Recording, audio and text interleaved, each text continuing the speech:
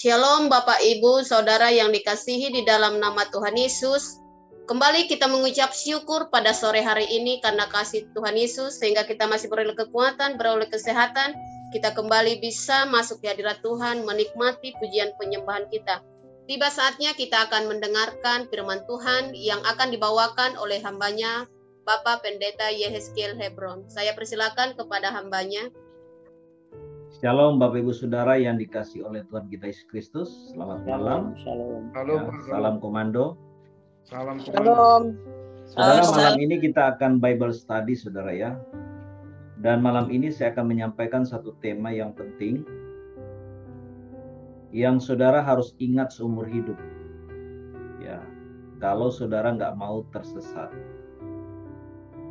Karena pengajaran malam ini akan sangat memperlengkapi saudara untuk melindungi di hari-hari terakhir, di tahun-tahun terakhir menjelang kedatangan Tuhan dari yang namanya kesesatan, saudara.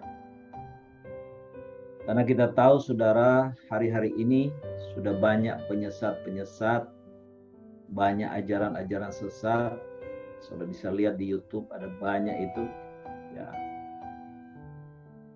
Dan juga di sekeliling kita mungkin ada orang-orang yang membawa ajaran-ajaran sesat kepada kita dengan penampilan yang baik, yang ramah, rasanya begitu lembut, ya, penuh kasih dan sebagainya.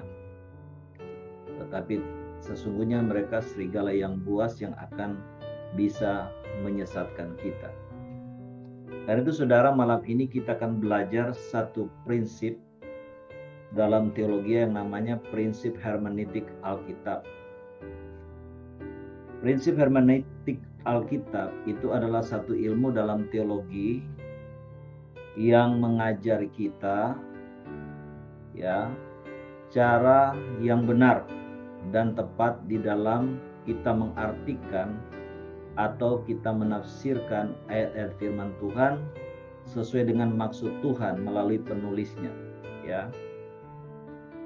Jadi ini adalah satu prinsip yang kita harus pegang, karena di dalamnya mengatur kaidah-kaidah bagaimana saudara kita mengartikan ayat-ayat itu secara benar dan tepat, yang logis dan sesuai dengan maksud daripada Tuhan melalui penulis-penulisnya. Baik ayat-ayat firman yang ada dalam perjanjian lama maupun ayat-ayat firman Tuhan yang ada dalam perjanjian baru.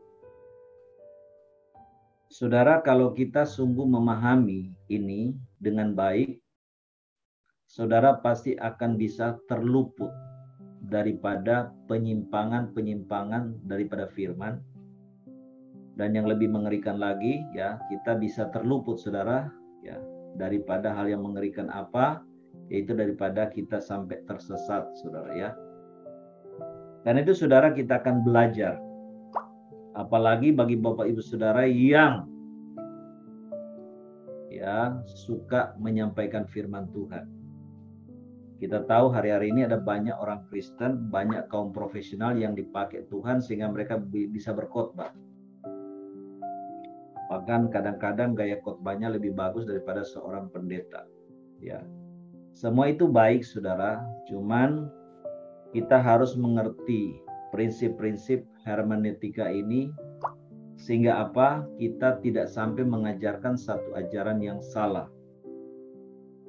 Karena kalau sampai kita mengajarkan satu ajaran yang salah, menyimpang apalagi menyesatkan, itu akan membawa korban banyak orang, saudara. Dan yang mengerikan nanti, kita akan mendapatkan penghakiman nanti oleh Tuhan. Karena firman Tuhan katakan seorang guru, dia akan dihakimi dengan apa? Ukuran yang lebih berat. Ya, jadi seperti itu. Nah, saudara, kita akan belajar dulu bagaimana pandangan Tuhan Yesus. Bagaimana penafsiran Tuhan Yesus terhadap firman Tuhan yang ada di dalam kitab nabi-nabi yang ditulis dalam perjanjian lama. Bagaimana pandangan Tuhan Yesus terhadap Taurat. Saudara, ini kita harus ngerti dari kacamata Tuhan Yesus langsung. Mengapa? Karena ada banyak orang Kristen juga yang menganggap Alkitab Perjanjian Lama udah nggak berlaku lagi. Yang berlaku ini cuma kitab Injil. Itu ada ajaran sesat seperti itu. Jadi Perjanjian Lama mereka nggak terima. Bahkan Perjanjian Baru mereka cuma terima itu kitab Matius, Markus, Lukas, Yohanes. Itu aja. Yang lain mereka tolak sebagai firman Tuhan. Nah saudara, karena itu saudara, kita perlu belajar. Ya, dan saya akan mengajar hal yang sifatnya praktis. Saya yakin kalau saudara memperhatikan dengan sungguh-sungguh dari awal sampai akhir, saudara pasti bisa mengerti. Karena saya berbicara dengan bahasa yang sederhana. Saya tidak berbicara dengan bahasa teologis yang terlalu ruwet, ya, yang rumit, yang tinggi-tinggi. Saya bicara dengan bahasa yang praktis. Sehingga saudara, walaupun saudara ibu rumah tangga, ya saudara bisa mengerti dengan jelas apa yang saya sampaikan malam ini. Kita akan lihat dulu bagaimana penafsiran Tuhan Yesus, pemahaman Tuhan Yesus terhadap firman-firman Tuhan yang ada di dalam Perjanjian Lama yang ditulis oleh nabi-nabi. Atau juga firman Tuhan yang ada dalam Taurat. Dan kita tahu yang disebut Taurat itu adalah 5 kitab yang ditulis oleh Nabi Musa. Yaitu Kejadian, Keluaran, Imamat, Bilangan, Ulangan. Saudara, kita buka dulu Matius 5 ayat 17 sampai 19. Kita akan lihat bagaimana pandangan Tuhan Yesus, penafsiran Tuhan Yesus terhadap kitab Taurat dan kitab para nabi dalam Perjanjian Lama. Matius 5 ayat 17 sampai 19. Saudara harus ingat betul seumur hidup perkataan Tuhan Yesus ini. Saya minta satu orang membacakan dengan suara keras. Kalau Pak Ben bisa Pak Ben baca. Ya, demikian firman Tuhan Matius pasal 5 ayat 17 sampai 19. Yesus dan hukum Taurat. Janganlah kamu menyangka bahwa aku datang untuk meniadakan hukum Taurat atau kitab para nabi. Aku datang bukan untuk meniadakannya, melainkan untuk menggenapinya. Karena aku berkata kepadamu, sesungguhnya selama belum lenyap langit dan bumi ini, 1 iota atau 1 titik pun tidak akan ditiadakan dari hukum Taurat sebelum semuanya terjadi. Ayat 19. Karena itu, siapa yang meniadakan salah satu perintah hukum Taurat, sekalipun yang paling kecil, dan mengajarkannya demikian kepada orang lain, ia akan menduduki tempat yang paling rendah di dalam kerajaan sorga. Tetapi siapa yang melakukan dan mengajarkan segala perintah-perintah hukum Taurat, ia akan menduduki tempat yang tinggi di dalam kerajaan sorga. Amin. Ya. Saudara perhatikan ya. Ini saudara sifatnya ayat-ayat yang disampaikan oleh Tuhan Yesus ini sifatnya satu peringatan buat kita. Dan inilah satu peringatan yang sifatnya keras, saudara. Peringatan keras supaya apa? Kita jangan melanggar. Bagi Tuhan Yesus, kitab para nabi dan kitab Taurat itu tetap berlaku apa enggak, saudara? Tetap berlaku. Tuhan Yesus katakan, aku datang bukan untuk meniadakan hukum Taurat atau kitab para nabi.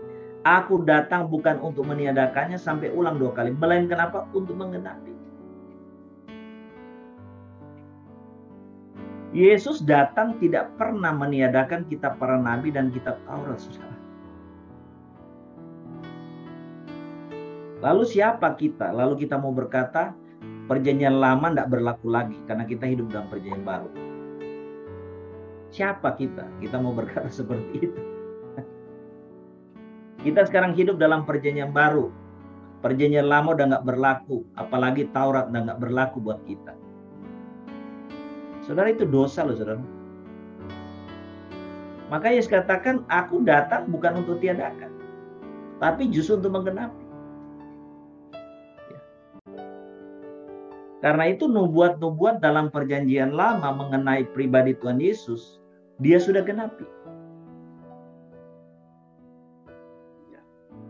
bahwa dia akan dilahirkan oleh anak darah, dia lahir di Bethlehem, dia akan menderita, mati, bahkan bangkit. Itu sudah dinubuatkan dalam Perjanjian Lama dan sudah digenapi.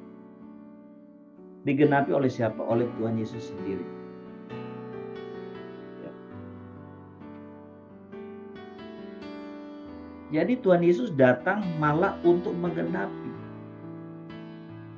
apa yang dinubuatkan mengenai dirinya dalam Perjanjian Lama dan dalam Taurat. Ya. Tuhan Yesus kemudian yang kedua tegaskan lagi, saudara. Karena aku berkata kepadamu, sesungguhnya sebelum lenyap langit dan bumi ini, satu iota atau satu titik pun. Ini bicara tanda baca yang paling kecil dalam tulisan Ibrani. Tidak akan ditiadakan dari hukum Taurat sebelum semuanya apa terjadi. Jadi dengan kata lain apa? Tuhan mau katakan ini, kita Perjanjian Lama dan Taurat itu berlaku sampai kiamat. Ya. Dikatakan tidak akan, saudara, selama belum lenyap langit dan bumi ini. Berarti apa? Sebelum kiamat. Satu iota atau satu titik pun tidak akan ditiadakan dari hukum Taurat sebelum semuanya terjadi. Jadi Tuhan Yesus tegaskan di sini, ayat-ayat firman dalam Perjanjian Lama dan Taurat itu tetap berlaku sampai kiamat. Ini penafsiran Tuhan Yesus. Ya. Ketiga, dia tegaskan apa? Karena itu, siapa yang meniadakan salah satu perintah hukum Taurat sekalipun yang paling kecil dan mengajarkan demikian kepada orang lain, ia akan menduduki tempat yang paling rendah dalam kerajaan surga.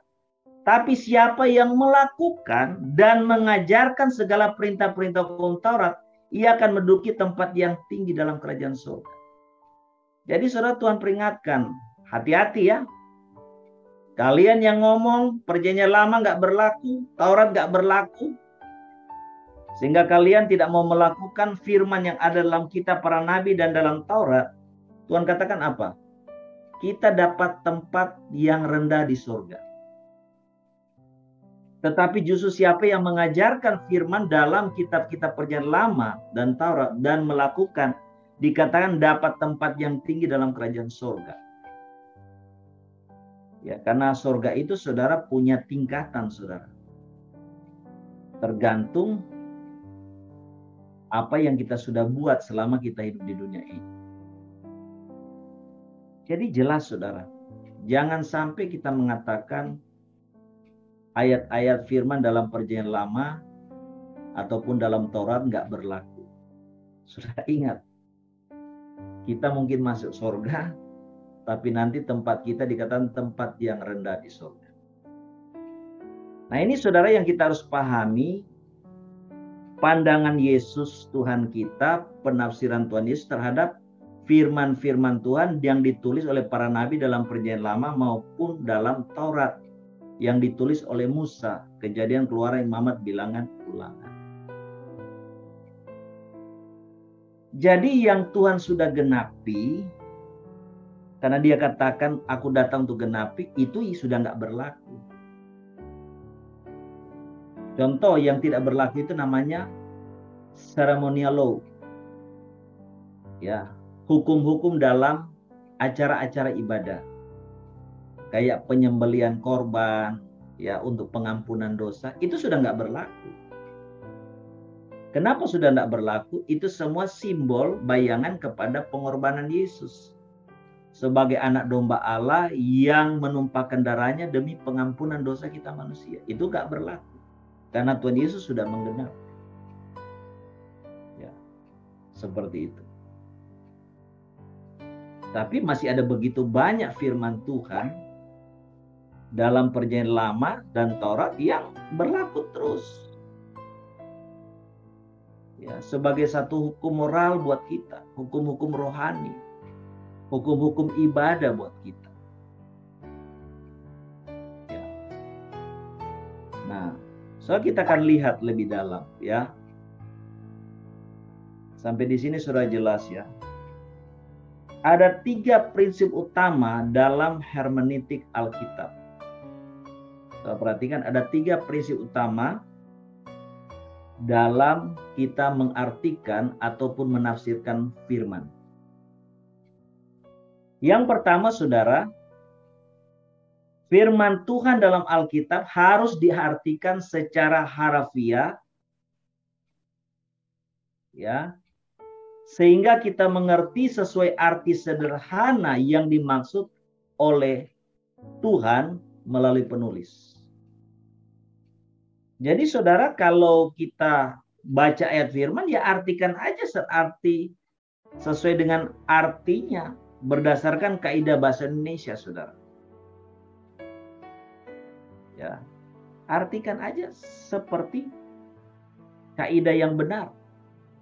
Karena kita baca Alkitab dalam bahasa Indonesia. Contoh seperti itu. Contoh saudara, kita lihat Yohanes pasal 1 ayat 1. Ya, tolong baca. Yohanes pasal 1 ayat 1. Yohanes 1 ayat 1. Pada mulanya adalah firman, firman itu bersama-sama dengan Allah, dan firman itu adalah Allah. Ya, Amin. di situ katakan apa? Pada mulanya adalah logos dalam bahasa Yunani. Logos itu bersama-sama dengan theos, dan logos itu adalah theos. Kita tahu firman atau logos itu adalah siapa? Allah. Ya, itu artinya. Berarti apa? Yesus itu Allah. Tetapi saudara, ajaran sesat seperti katakan saksi Yehova itu, logos itu adalah theos, itu diartikan lain. Ya. Menyimpang daripada arti hurufiahnya itu.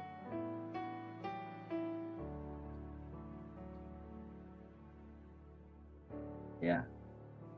Nah, seperti itu saudara. Jadi kita kalau baca firman, ya artikan aja sesuai artinya itu. Berarti arti itu kan pada mulanya logos bersama dengan theos, berarti sejak kekekalan firman yaitu Yesus, logos itu sudah bersama Allah, dan logos itu adalah theos atau Allah bahasa Yunani. Ya. Yaitu Yesus Allah, udah.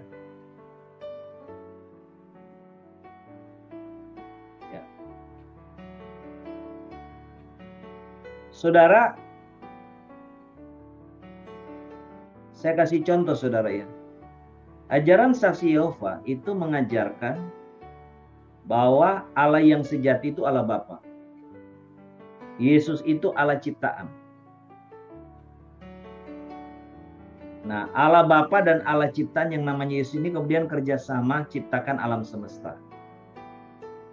Nah, yang menarik saudara, bagi mereka Roh Kudus itu apa? Roh Kudus itu hanyalah kuasa Allah.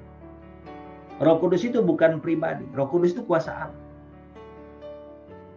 Nah, saudara, coba kita lihat di dalam firman Tuhan, dalam Kisah Rasul, saudara ya. Waktu saya berhadapan dengan orang-orang dari saksi Yehova, dan dia jelaskan itu kepada saya, ya, saya kasih ayat ini aja. Kisah Rasul 13 ayat yang keempat. Saya suruh dia baca. Di situ dikatakan apa? Oleh karena disuruh Roh Kudus, Barnabas dan Saulus berangkat ke Seleukia, dan dari situ mereka berlayar ke Siprus. Saudara, saya tanya ke dia, artinya apa ini? Artinya apa? Kalau kamu bilang Roh Kudus itu kuasa Allah, ini apa dong? Kalau kuasa Allah kan dia tidak bisa bicara. Karena Roh Kudus itu adalah pribadi Allah, makanya dia bisa bicara. Dia bisa memerintah supaya Barnabas dan Paulus berlayar ke Siprus, di situ dikatakan. Nggak bisa ngomong, saudara. Ya. Kita artikan aja. Ya. Ya. Sebagaimana arti harfiahnya. Saudara, ada banyak sekali yaitu ya, penyesatan-penyesatan itu karena mereka memutarbalikkan artinya. Arti yang udah jelas diputar-putar. Diartikan yang lain sesuai dengan tujuannya. Kemudian saudara, kita juga harus berhati-hati ya. Jangan saudara firman itu kita artikan ya menjadi arti simbol-simbol yang bersifat alegoris, saudara. Contoh ya, kita buka dalam Kisah Rasul pasal 12 ayat 5 dan 8. Kisah Rasul pasal 12 ayat 5 sampai 8. Silakan. Siapa mau baca?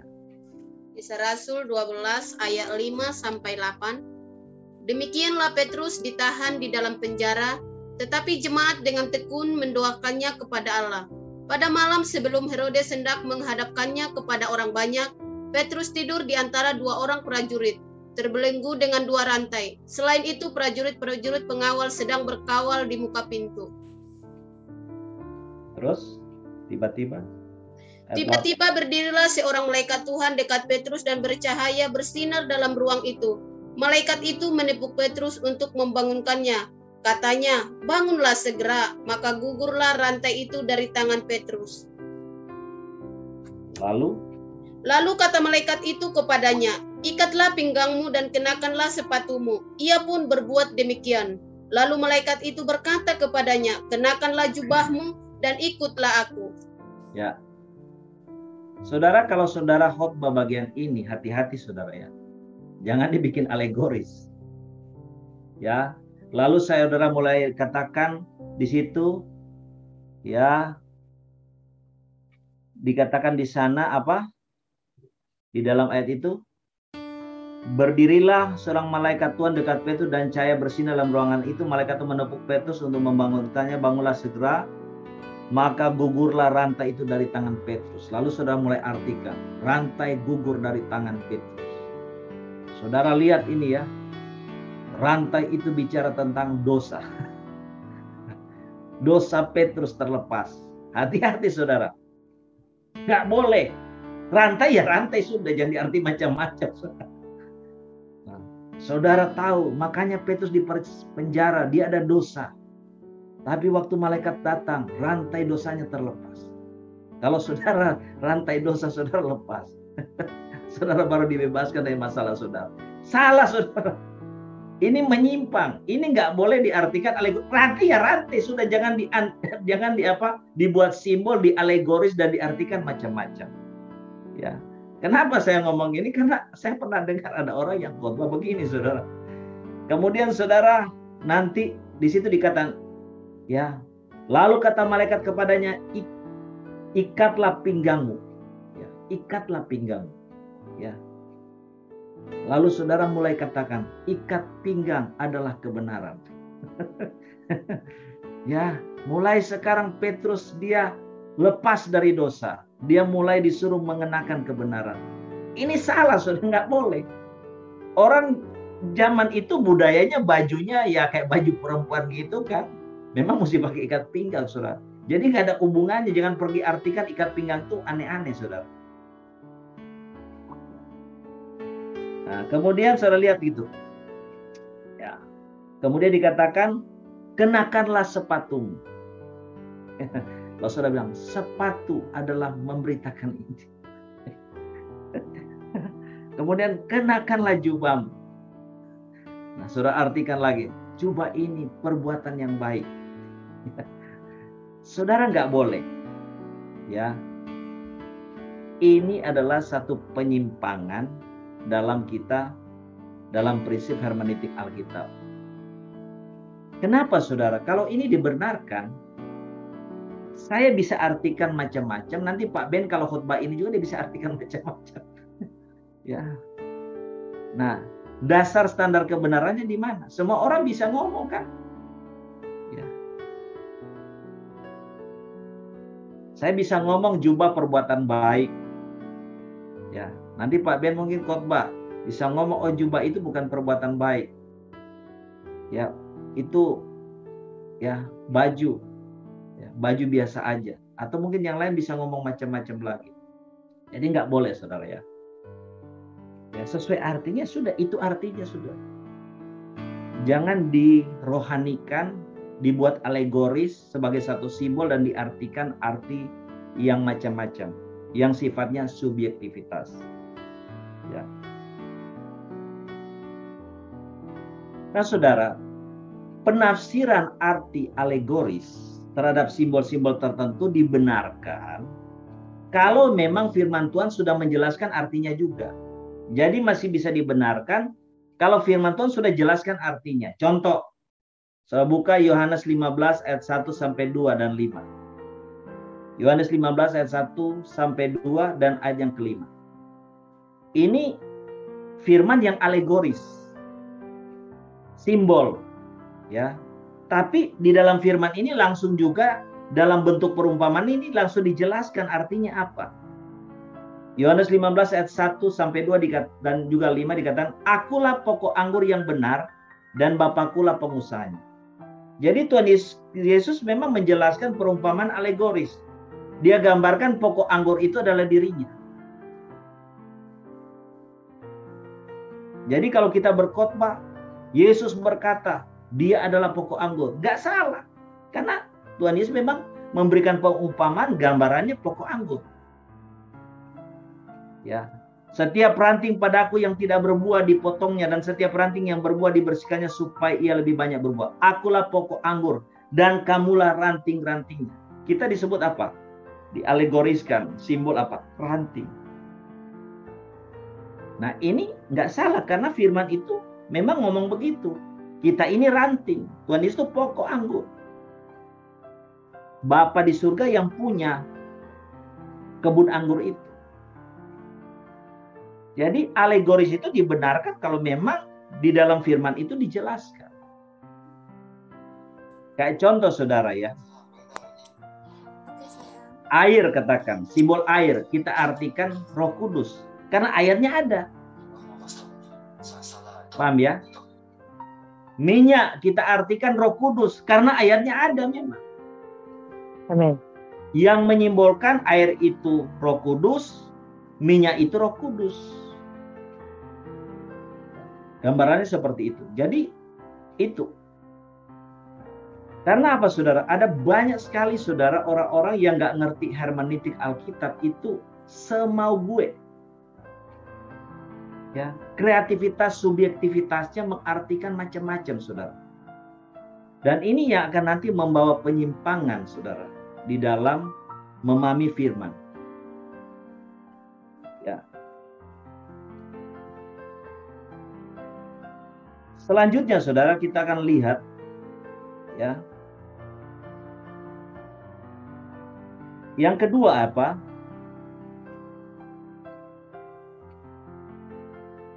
Kalau tadi waktu kita membaca ayat-ayat firman kita harus artikan secara hurufiah, harafiah sesuai dengan arti sederhana daripada maksud ayat itu ya dalam bahasa Indonesia karena kita pakai bahasa Indonesia.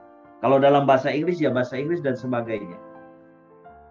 Prinsip yang kedua dalam hermeneutik itu adalah firman Tuhan dalam Alkitab harus diartikan menurut penempatannya dalam sejarah. Ya, harus mengartikan menurut penempatannya dalam sejarah, budaya, tata bahasanya dan juga dalam konteksnya.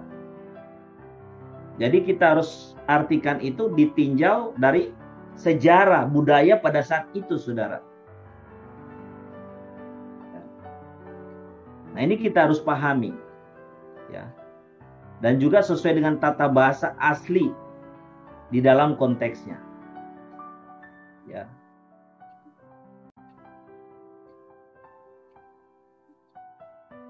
Saudara, kalau kita memahami sejarah, coba kita lihat dalam Yunus pasal 1 ayat 1 sampai 3. Silakan siapa mau baca. Yunus pasal 1 ayat 1 sampai 3.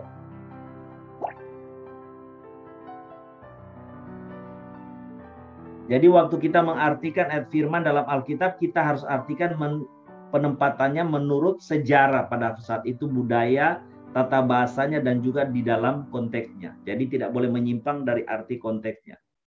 Yunus pasal 1 ayat 1 sampai 3. Coba tolong baca. Yunus pasal 1 ayat 1 sampai 3. Datanglah firman Tuhan kepada Yunus bin Amitai. Demikian, bangunlah, pergilah ke Niniwe, kota yang besar itu. Berserulah terhadap mereka, karena kejahatannya telah sampai kepadaku. Tetapi Yunus bersiap untuk melarikan diri ke Tarsis, jauh dari hadapan Tuhan. Ia pergi ke Yafo dan mendapat di sana sebuah kapal yang akan berangkat ke Tarsis. Ia membayar biaya perjalanannya, lalu naik kapal itu untuk berlayar bersama-sama dengan mereka ke Tarsis, jauh dari hadapan Tuhan. Amin. Ya.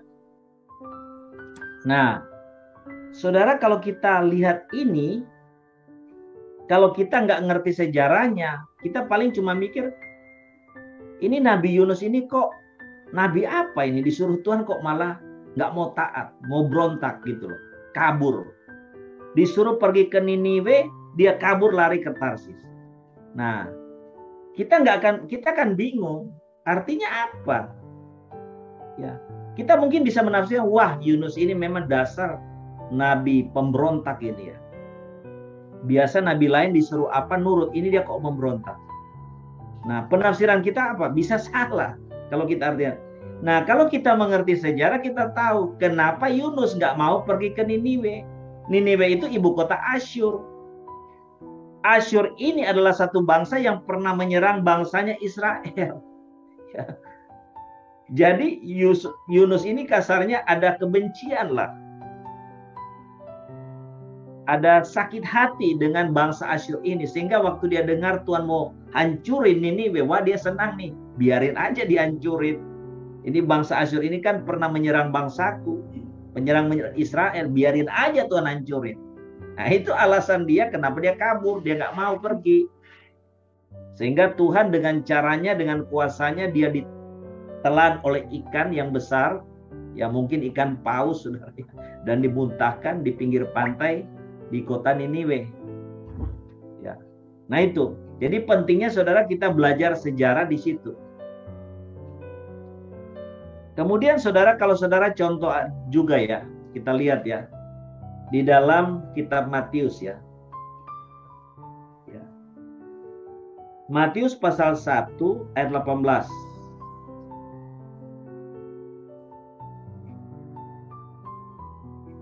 Matius pasal 1 ayat 18 sampai 20. Tolong baca. Matius pasal 1 ayat 18 sampai 20.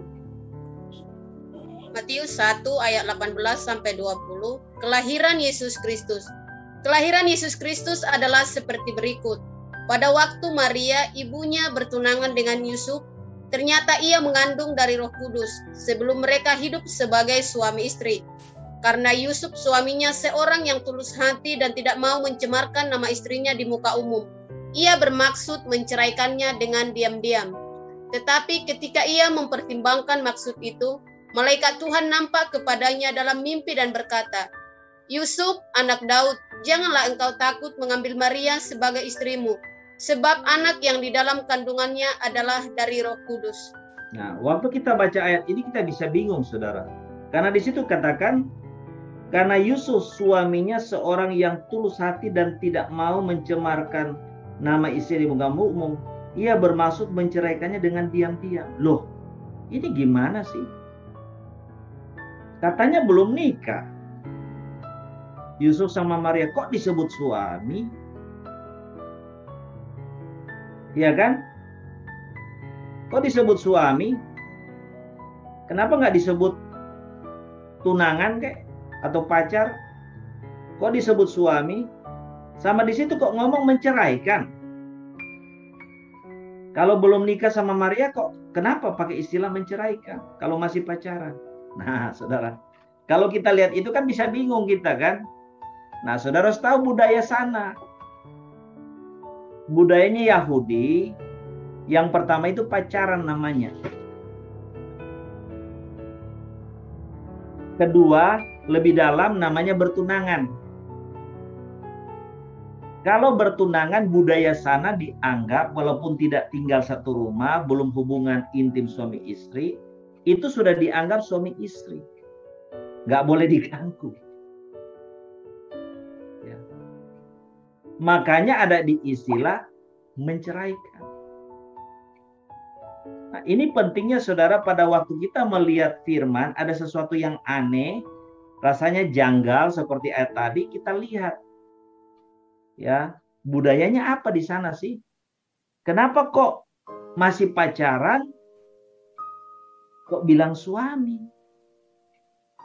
Nah, itu budaya sana seperti itu. Ya. Jadi pada waktu kita mengartikan firman, kita harus menempatkan firman itu dalam sejarah pada waktu itu seperti apa, budayanya seperti apa, dan sesuai konteksnya. Itu prinsip yang kedua, saudara, dalam kita mengartikan firman, ya. Jadi kita menempatkan firman itu sesuai dengan sejarahnya, budayanya, bahkan tata bahasa asli dalam konteksnya. Tata bahasa itu seperti ini, saudara. Sudah lihat dalam Titus pasal 2 ayat 13. Ya. Titus pasal 2 ayat 13. Silakan siapa mau baca. Ini saya kasih contoh-contoh supaya saudara paham, ya. Jadi cara kita mengartikan firman Tuhan itu supaya sesuai dengan maksud Tuhan yang ditulis oleh penulisnya. Titus 2 ayat 13. Titus 2 ayat 13. Dengan menantikan penggenapan pengharapan kita yang penuh bahagia dan penyataan kemuliaan Allah yang maha besar dan juru selamat kita Yesus Kristus. Ya. Saudara, perkataan di situ Allah yang maha besar dan juru selamat kita Yesus Kristus. Nah, kalimat ini saudara di dalam tata bahasa Yunani, ini berarti Allah maha besar dan juru selamat itu sejajar. Ada kata dan situ menunjukkan Allah maha besar dan juru selamat itu sejajar. Dengan kata lain, Rasul Paulus ingin menegaskan, menunjukkan bahwa Yesus Kristus itu sungguh-sungguh Allah yang maha besar. Jelas ya? Jadi dari segi tata bahasanya, Paulus ingin menegaskan Yesus Kristus benar. Dia Allah yang maha besar. Nah, itu kalau kita mengerti tata bahasanya dari bahasa aslinya, katakan dalam hal ini bahasa Yunani. Itu yang kedua, saudara, ya. Yang ketiga, saudara, ya, 3 prinsip utama dalam kita mengartikan firman atau menafsirkan firman, ya, yang dinamakan dengan istilah hermeneutik adalah Alkitab firman Tuhan, saudara, adalah penafsir terbaik bagi firman Tuhan dalam Alkitab itu sendiri. Alkitab firman Tuhan adalah penafsir terbaik bagi firman Tuhan dalam Alkitab itu sendiri. Saya bisa lihat waktu Tuhan Yesus yang dicatat di dalam perjanjian baru, dalam konteks perjanjian baru, Tuhan Yesus memberikan penafsiran terhadap kitab Taurat dan perjanjian lama. Jadi saudara, Alkitab firman Tuhan itu adalah penafsir terbaik bagi firman Tuhan itu sendiri yang ada dalam Alkitab. Jadi biarkanlah firman menafsirkan diri sendiri. Dan kita dengan pertolongan Roh Kudus yang sudah ada dalam kita dan mengurapi kita, Roh Kudus itu nanti yang akan menolong kita untuk bisa memahami arti firman dengan benar. Khususnya kita yang dipercayakan Tuhan bawa renungan firman atau berkhotbah, saudara tidak sampai menafsirkan firman menyimpang dari kaidah yang benar. Nah, di sini saudara kita akan belajar beberapa hal. Kalau dikatakan Alkitab firman Tuhan adalah penafsir terbaik bagi firman Tuhan dalam Alkitab itu sendiri, maka dalam hal ini ada beberapa hal yang saudara dan saya harus pegang supaya waktu kita mengartikan atau menafsirkan firman baik dalam perjanjian lama ataupun perjanjian baru tidak melakukan satu penyimpangan. Yang pertama saudara, dalam kita menafsirkan firman Tuhan dalam perjanjian lama, kalau sudah mau catat silakan, dalam kita menafsirkan firman Tuhan dalam perjanjian lama harus melihatnya dalam terang kacamata firman Tuhan dalam perjanjian baru. Ya. Waktu kita mau menafsirkan, mengartikan ayat-ayat firman Tuhan perjanjian lama, kita harus pakai kacamata, lihatnya senternya dari kacamata perjanjian baru. Artinya apa? Waktu kita menafsirkan atau mengartikan ayat-ayat firman Tuhan dalam perjanjian lama, tidak boleh bertentangan dengan ayat firman Tuhan dalam perjanjian baru. Perhatikan ya. Ingat, Tuhan yang satu tidak mungkin dia bicaranya bertentangan.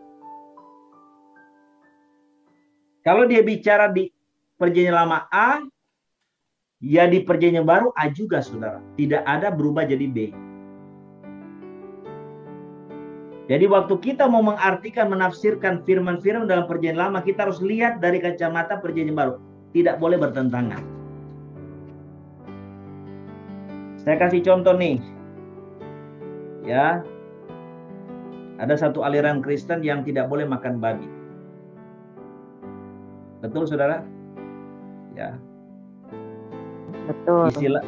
Istilahnya binatang apa? Berkuku apa? Empat. Berkuku belah.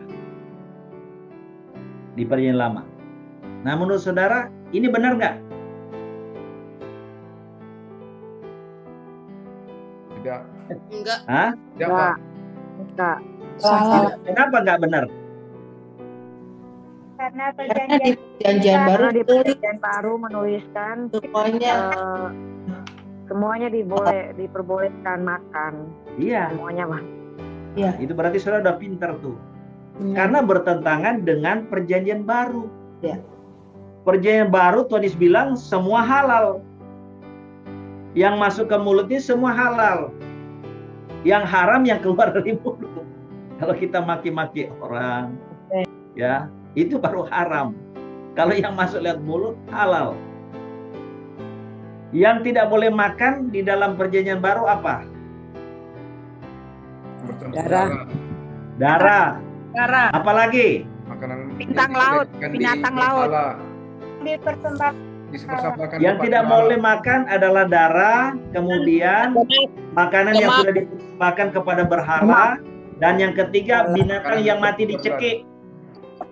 Mati tercekik. Ya, tidak mengeluarkan darah itu tidak boleh kita makan. Karena nyawa ada dalam darah.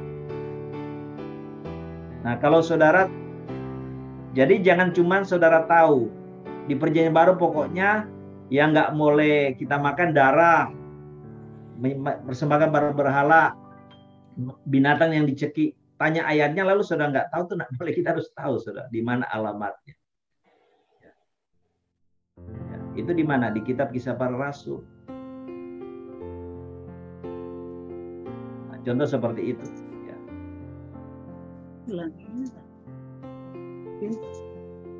Waktu di sidang Yerusalem di situ dijelaskan oleh para rasul. Ya, makanan apa yang kita tidak boleh makan. Nah, contoh seperti itu. Jadi waktu kita mengartikan perjanjian lama, ayatnya tidak boleh bertentangan sama perjanjian baru. Makanya harus lihat kacamata perjanjian baru. Waktu kita mengartikan firman Tuhan dalam perjanjian lama dan itu bertentangan dengan 1-2 ayat firman dalam perjanjian baru, berarti apa? Penafsiran kita pasti salah 100%. Ya, nggak boleh bertentangan sudah kalau artikan ayat. Saya kadang-kadang lihat ada pembicara-pembicara khususnya dari ya orang-orang profesional, pengusaha, ngisi firman di MDSB. Ada yang ya istilahnya kalau orang Jawa bilang ngawur. Kayak contoh bilang, tidak ada full timer hamba Tuhan, yang ada full heart. Ini kelihatan orang nggak ngerti prinsip hermeneutik. Full heart iya, full time iya. Tuhan Yesus panggil murid-muridnya, ikut aku, kamu akan jadikan penjala manusia. Tuhan Yesus suruh tinggalkan profesi mereka sebagai nelayan dan melayani Tuhan sebagai hamba Tuhan, menjadi rasul-rasul Tuhan. Ya, jadi ingat ya, ini prinsip ya. Kedua, saudara, Waktu kita menafsirkan firman Tuhan dalam perjanjian baru, sebaliknya saudara, tidak boleh bertentangan dengan firman Tuhan dalam perjanjian lama. Jadi ingat ya, waktu kita mengartikan ayat-ayat firman Tuhan dalam perjanjian baru, tidak boleh bertentangan dengan firman Tuhan dalam perjanjian lama.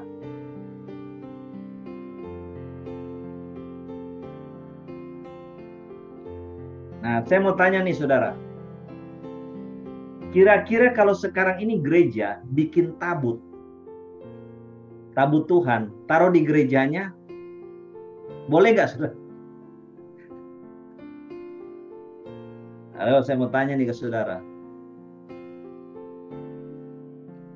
Tadi saya bilang apa? Kita mengartikan ya perjanjian lama dari kacamata perjanjian baru kan? Ya kan? Nah, sekarang saya mau tanya. Kalau di gereja bikin tabut, terus taruh tabut di gereja, tabut Tuhan, boleh nggak saudara?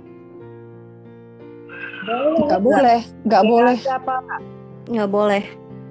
Kenapa Kan nggak boleh? sudah ada Roh Kudus. Ada Roh Kudus. Terus lebih lengkap lagi, Roh Kudus di mana? Di hati. Di hati, Ya. dalam diri. Tabut kita ini ya, tubuh kita ini tabut ini loh. Hati kita ini tabut. Betul. Baik suci Allah. Bait suci Tuhan. Ini tubuh kita ini tabut, hati kita ini tabut. Roh Kudus tinggal di sini loh. Iya. Jadi kalau ada gereja bikin tabut, taruh dalam gereja seolah-olah Tuhan hadir di situ, itu bahaya saudara. Udah menyimpang dari kacamata perjanjian baru, udah menyimpang. Tapi kalau hanya sekedar pajangan doa, nggak apa-apa saudara. Paham ya? Tapi kalau orang diorientasi kepada tabut, seolah-olah kalau nggak ada tabut itu dalam gedung gereja itu rasanya Tuhan tuh seolah-olah nggak ada. Nah ini bahaya saudara. Udah beda orientasi nih. Ya. Rasanya merasa Tuhan nggak hadir nih kalau nggak ada. Kayak kita di Zoom, waduh kalau nggak pakai gambar tabut ini rasanya kok Tuhan nggak hadir ini di MBSB kita ini. Nah itu nggak benar saudara. Ngerti ya? Karena tabut itu di hati. Tuhan itu sudah tinggal, tabut itu kita ini loh. Tubuh kita, hati kita ini sudah jadi tabut, Roh Kudus tinggal di hati kita. Nah saya mau tanya nih, baru semalam sudah dengar, Tuhan Yesus tidak pernah bikin pasukan doa. Benar gak saudara? Ayo jawab nih. Kan hamba Tuhan semalam bilang saya nggak pernah baca dalam Alkitab perjanjian baru Tuhan Yesus bikin pasukan doa. Ayo.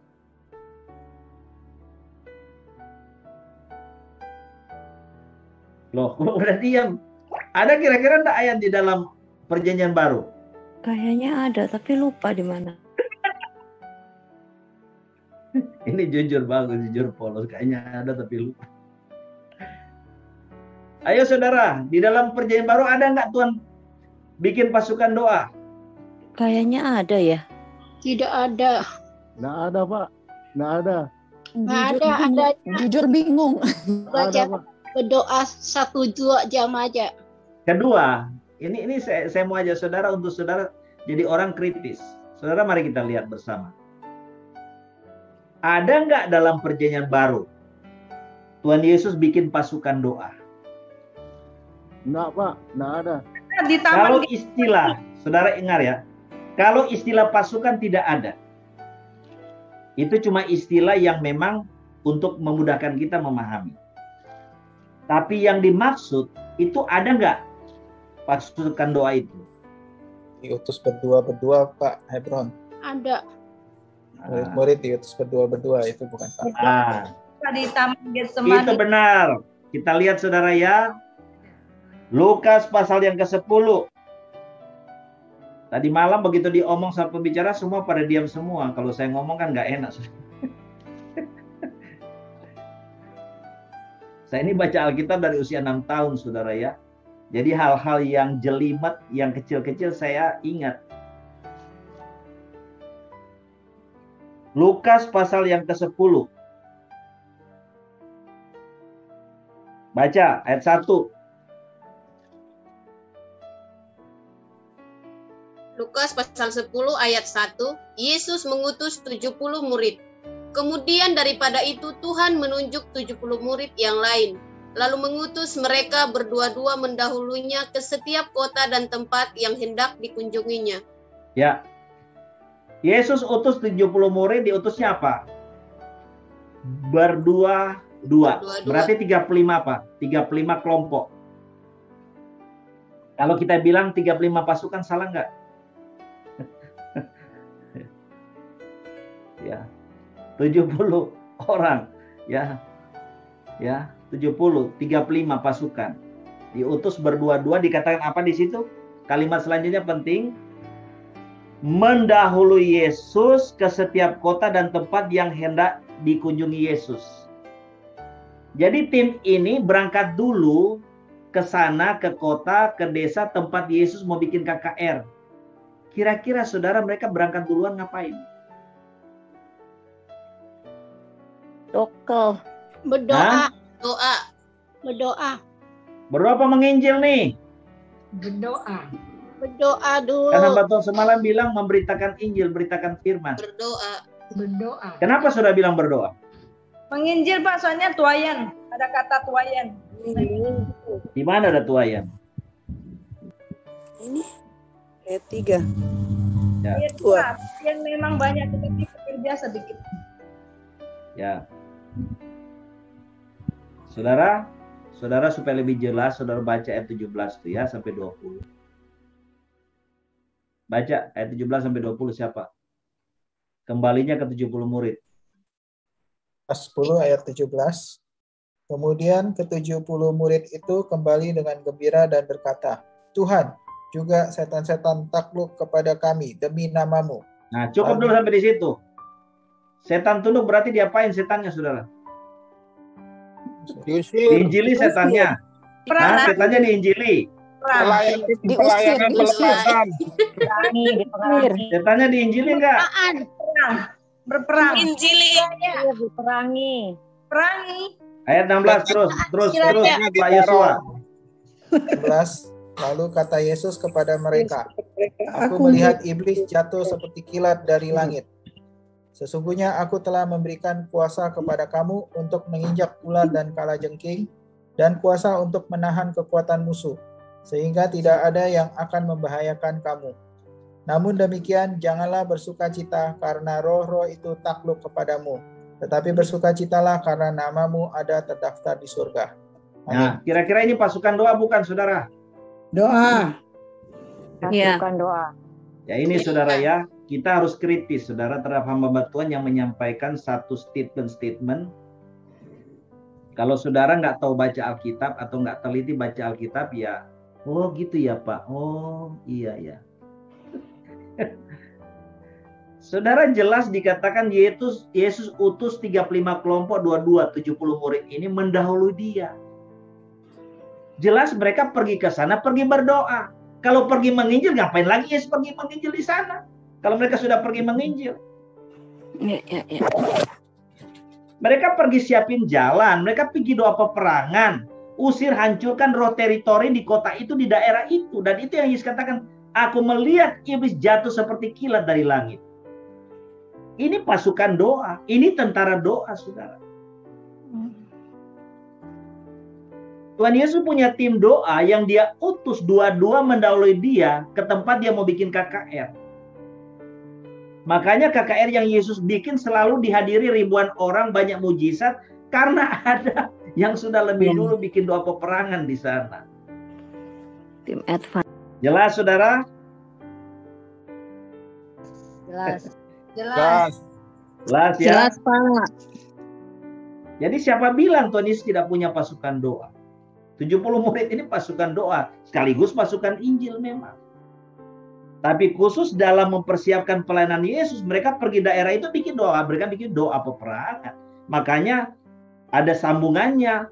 Mereka kembali itu, mereka bersukacita, Tuhan, setan-setan tunduk kepada kami demi nama-Mu. Yesus bilang, aku lihat memang setan itu jatuh dari tahtanya. Tapi jangan bersukacita karena setan-setan tunduk. tapi bersukacita karena namamu tercatat di surga. Ya. Jadi pasukan doa ada nggak tulis bentuk? Ada. Ada, Ada saudara. Sekaligus pasukan Injil. Tapi di Alkitab ditulis murid-murid, Pak, pengikut, pasukan enggak. Iya, kata pasukan memang tidak ada, istilah itu pasti tidak ada, Pak. Ya cuma Istilah pasukan tidak ada, tapi kesimpulannya itu pasukan kan ada. berarti manusia ya kita yang menyebutkan, ya Pak. Iya, itu cuma istilah aja. Tapi tujuannya berdoa kan jelas. Tujuannya berdoa kan jelas kan? Ya. Mempersiapkan jalan bagi Tuhan akan memberitakan Injil daerah itu kan jelas. Mereka tujuannya pergi berdoa. Kalau mereka sudah pergi nginjil, ngapain lagi Yesus ke situ? Iya. Logis kan? Iya. Oke. kalau gitu Kemudian saya Yoel, mau katakan, saya mau tanya juga. Kira-kira kalau dikatakan frame doa, kita hanya patokan perjanjian baru. Benar nggak?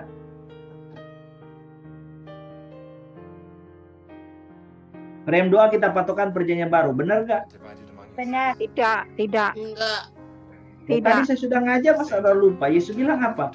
Perjanjian lama sampai dunia kiamat berlaku. Jadi frame doa kita pakai perjanjian lama kombinasi perjanjian baru. Karena perjanjian lama kan firman Tuhan Yesus katakan tetap berlaku. Taurat itu berlaku. Frame doa perjanjian lama sampai kiamat tetap berlaku. Ada hal-hal tertentu yang tidak berlaku. Seperti tabut perjanjian kita nggak perlu bikin lagi, taruh di gereja.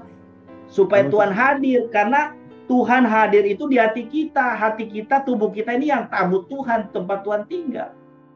Kalau doa Bapa kami gimana, Pak? Banyak yang gereja sekarang nggak pakai lagi, Pak. Doa Bapa kami gitu. Doa Bapa kami itu, Pak, kalau orang tidak perkatakan di gereja bukan berarti tidak dipakai. Dia katanya itu kayak ayat hafalan katanya. Jadi itu tergantung motivasi, Pak. Ya, tergantung motivasi. Tergantung masing-masing gereja. Karena memang tentu Tuhan mau ngajar doa Bapa kami itu adalah polanya, bukan bentuknya. Ya. Lalu tiap hari kita ngucapin Bapa kami, tiap hari kita bukan itu. Tapi di situ ada pengertian yang dalam. Kita mau ngucapin doa Bapa kami tiap hari, silakan, gak ada masalah. Tapi kalau kita cuma mau ambil pola bentuk doanya, bahwa dalam doa itu kita yang pertama, Bapa kami yang di surga, dikuduskan namamu. Berarti kita berdoa harus memuliakan Bapa di surga dulu. Itu tidak apa-apa. Datanglah kerajaan. Kita berdoa, Bapa, datanglah kerajaan dalam hidupku, dalam keluargaku, kotaku, dan bangsaku. Seperti itu. Ya. Oke. Kita kembali supaya tidak terlalu menyimpang jauh. Ya. Jadi waktu kita menafsirkan firman Tuhan dalam perjanjian baru, itu tidak boleh bertentangan dengan firman Tuhan dalam perjanjian lama. Karena Tuhan tidak bicara bertentangan. Jadi ingat saudara ya.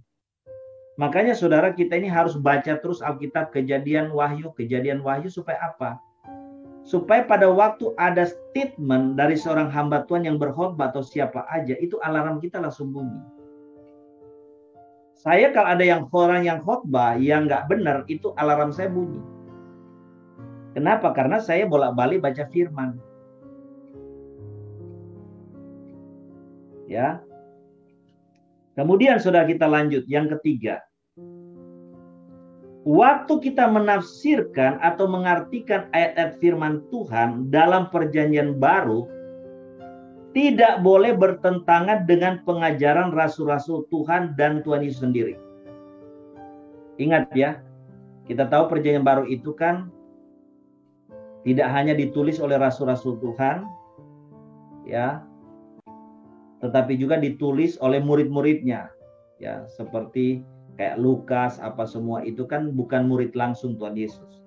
Jadi waktu kita menafsirkan arti ayat-ayat firman Tuhan, Tuhan dalam perjanjian baru tidak boleh bertentangan dengan pengajaran rasul-rasul Tuhan Yesus dan Tuhan Yesus sendiri. Nggak boleh.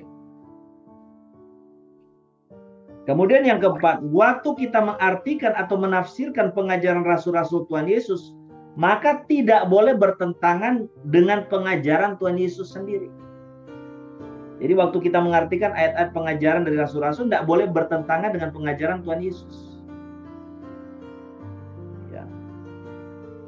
Jadi semua penafsiran ayat yang kemudian bertentangan itu, saudara, pasti salah.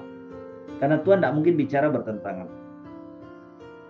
Nah, kemudian yang kelima, waktu kita mengartikan satu ayat firman Tuhan, tidak boleh dibawa keluar dan diartikan bertentangan dengan arti cerita yang dimaksud Tuhan melalui penulis dalam perikop cerita itu yang ada di 1-2 pasal itu.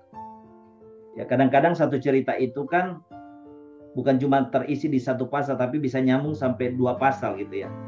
Jadi waktu kita mengartikan satu ayat firman Tuhan, ayat itu jangan kita bawa keluar, kemudian kita artikan bertentangan dengan perikop cerita dalam pasal itu. Saya kasih contoh ke saudara ya. Ini kadang-kadang kan banyak orang suka kutip. Coba saudara buka Filipi pasal 4 ayat 20.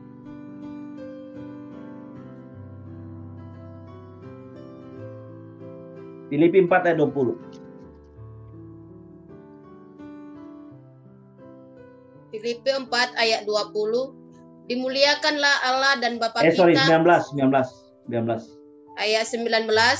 Allahku akan memenuhi segala keperluanmu menurut kekayaan dan kemuliaannya dalam Kristus Yesus. Ya. Saudara, di sini ayat ini mengatakan apa? Allahku akan memenuhi segala keperluanku menurut kekayaan dan kemuliaannya dalam Kristus Yesus. Saya mau tanya, kalau semua orang Kristen tanpa syarat klaim ayat ini, benar gak? Saya mau tanya ke saudara. Tidak. Kenapa tidak?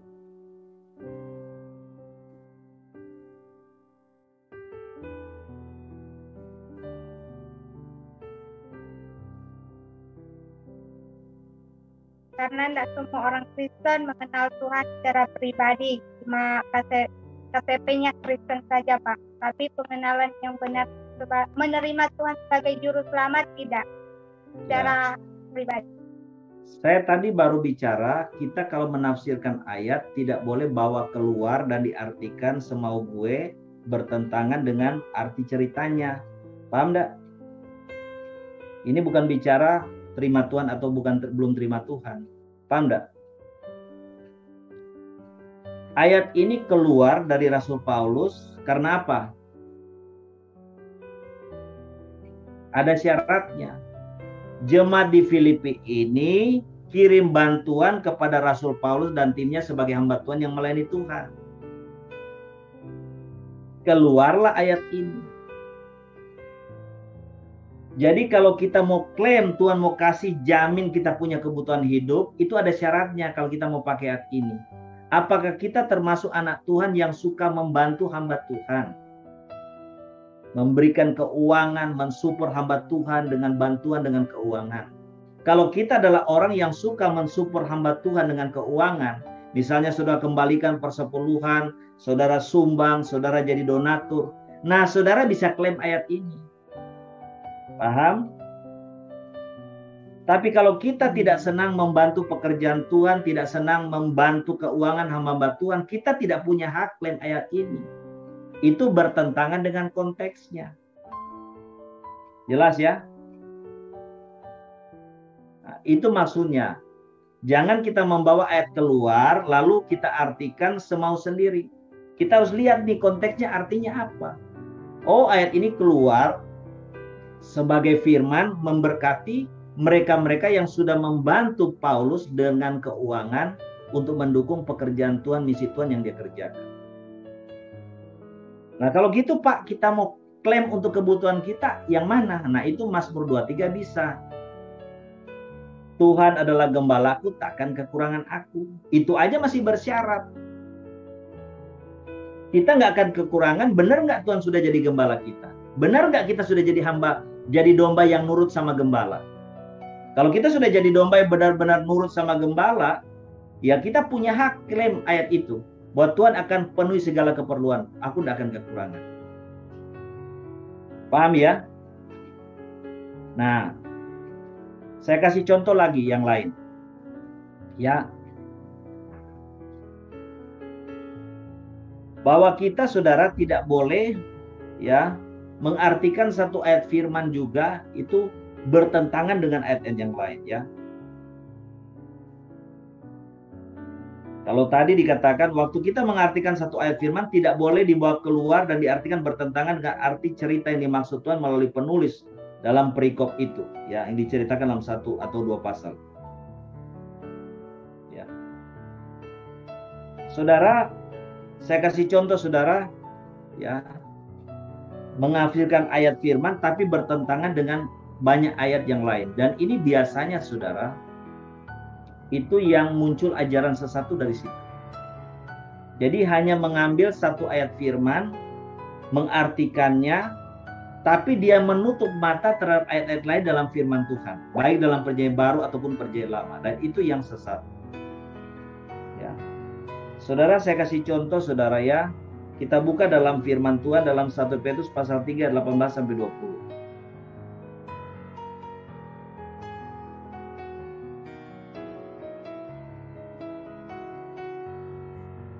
1 Petrus 3 ayat 18 sampai 20.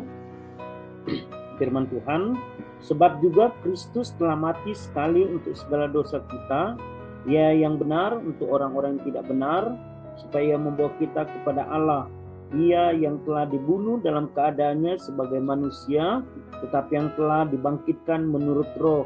Dan di dalam roh itu juga Ia pergi memberitakan Injil kepada roh-roh yang di dalam penjara, yaitu kepada roh-roh mereka yang dahulu pada waktu Nuh tidak taat kepada Allah, ketika Allah tetap menanti dengan sabar waktu Nuh sedang mempersiapkan bahteranya, di mana hanya sedikit, yaitu 8 orang yang diselamatkan oleh air bah itu. Amin. Ya, saudara, ayat ini kalau kita lihat apa?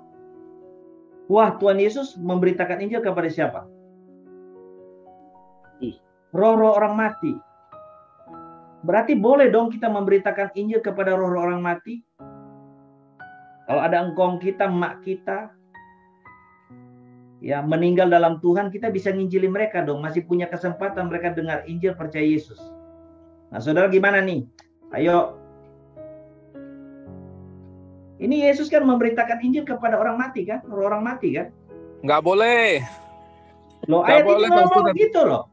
Kenapa nggak boleh? Nggak boleh karena pada waktu orang sudah meninggal, itu rohnya itu sudah langsung, kalau dia terima Tuhan dia ke surga, kalau nggak terima dia ke neraka. Kalau dia ada bisa katakanlah bisa melihat engkongnya atau neneknya yang datang, itu sebenarnya bukan roh aslinya, tapi roh setan yang menyamar. Ya. Terima kasih. Saya setuju. Tapi kalau kita mau berhadapan dengan orang yang punya pemahaman tentang penginjilan kepada roh orang mati, ini ayat dia pakai sebagai dasar. Ini kan bukti Yesus menginjili roh orang mati. Kita katakan itu sesat, itu nggak benar. Kita harus bisa jawab alasannya secara teologis, saudara. Kenapa ini sesat, Pak, Bu? Penginjilan kepada orang mati, kita menolak, kita tidak percaya. Karena bertentangan dengan begitu banyak ayat lain dalam firman Tuhan. Contoh, Ibrani 9 ayat 27. Kita harus jawab seperti itu. Tolong baca Ibrani 9 ayat 27.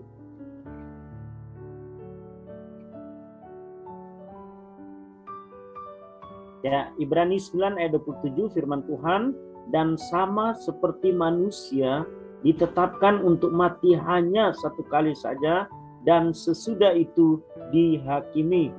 Dikatakan mati satu kali, sesudah mati apa? Dihakimi.